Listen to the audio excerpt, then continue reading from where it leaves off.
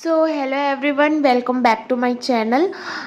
जैसा कि previous video में हम लोगों ने एक्सरसाइज जो है वो 3 चैप्टर 2 का कंप्लीट किया था। ठीक है, आज हम लोग देखने वाले हैं चैप्टर 3 जो कि है आपका quadratic equation in one variable. ठीक है, तो चैप्टर स्टार्ट करने से पहले कुछ कुछ जिसके इंपॉर्टेंट्स फार्मूला हैं और quadratic equation in one variable क्या होता है ये हम बेसिक चीज़ आज जो है वो देखने वाले हैं। तो बेसिकली आपका ये वीडियो एक इंट्रोडक्शन वीडियो होने वाला है जो कि बहुत ही इंपॉर्टेंट है आपके आगे एक्सरसाइज को सॉल्व करने के लिए। ठीक है, तो देखते हैं यहाँ पे quadratic equation in one variable क्या होता है। ठीक है, तो देखो ये हमारा chapter 3 quadratic equation in one variable. ठीक है, पॉइंट्स टू रिमेंबर, आपको किस किस चीजों का ध्यान रखना है। देखो यहाँ पे क्या होता है, क्वाड्रेटिक इक्वेशन क्या होता है। A quadratic equation is an equation in one variable whose highest power is 2। ठीक है, एक क्वाड्रेटिक इक्वेशन एक क्या होता है, इक्वेशन होता है एक वेरिएबल का जिसका जो हाईएस्ट, जो हमारे देखो यहाँ पे एक पॉइंट है हाईएस्ट पावर, उसका जो हाईएस्ट पावर है वो क्या होता है 2।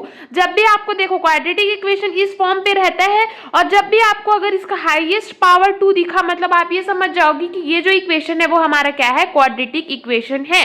जैसे इसका जनरल फॉर्म आपको दिया है ax square plus B X plus C is equals to 0।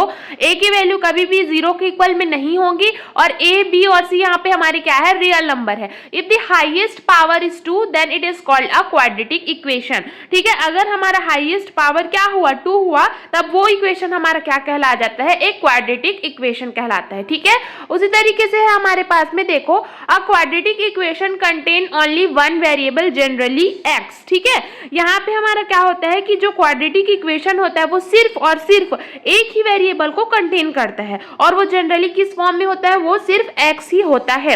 कहीं कहीं आपको बहुत रेयर मिलेगा कि अगर वो y ले लिया या कुछ, बट बेसिकली जो जनरली लेते हैं वो क्या लेते हैं, x लेते हैं। ठीक है, नेक्स्ट इसमें इंपॉर्टेंट पॉइंट ये है कि आपको इस एक्सरसाइज में एक फॉर्मूला का यूज करने के लिए मिलेगा जो कि फॉर्मूला है हमारा श्रीधराचार्य फॉर्मूला या क्वाड्रेटिक फॉर्मूला भी कहते हैं, जो कि होता है x is equals to minus B plus minus under root B का square minus 4ac upon 2a।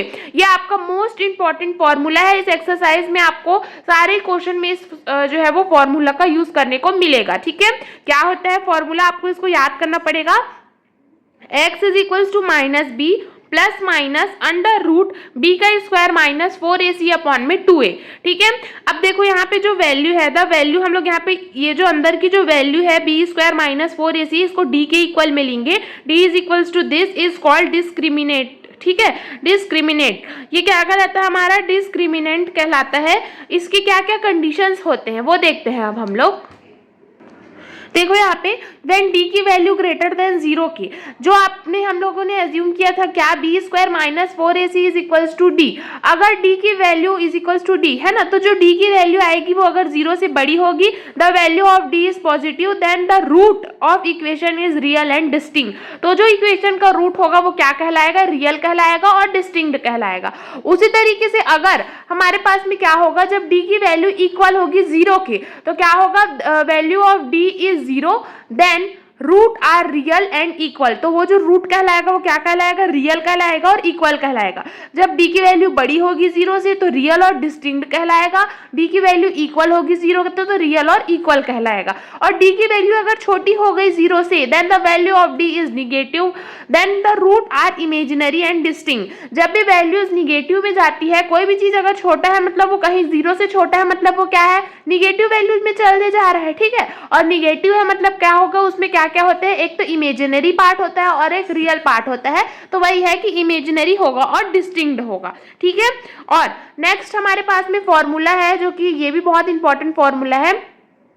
If alpha and beta are the roots of quadratic equation ax square plus bx plus c is equals to, then the following relation between the roots। अगर alpha और beta हमारे पास में दो root होंगे तो दो formula होंगे, सम of root और प्रोडक्ट ऑफ रूट का। ठीक है, अल्फा बीटा अगर हमारे पास में दो रूट हैं तो हमारे पास में दो मेन फॉर्मूला होते हैं, एक होता है सम ऑफ रूट का, ठीक है, एक फर्स्ट फॉर्मूला, सेकंड फॉर्मूला होता है प्रोडक्ट ऑफ रूट का। सम ऑफ रूट होता है माइनस बी अपॉन ए और प्रोडक्ट ऑफ रूट होता है सी अपॉन में ए। ठीक है, तो ये कुछ बेसिक से आपके जो है वो टर्म थे जो आपको याद रखने, जैसे मैंने आपको श्रीधराचार्य फॉर्मूला या क्वाड्रेटिक फॉर्मूला बताया, दूसरे में मैंने ये वाले फॉर्मूला बताया।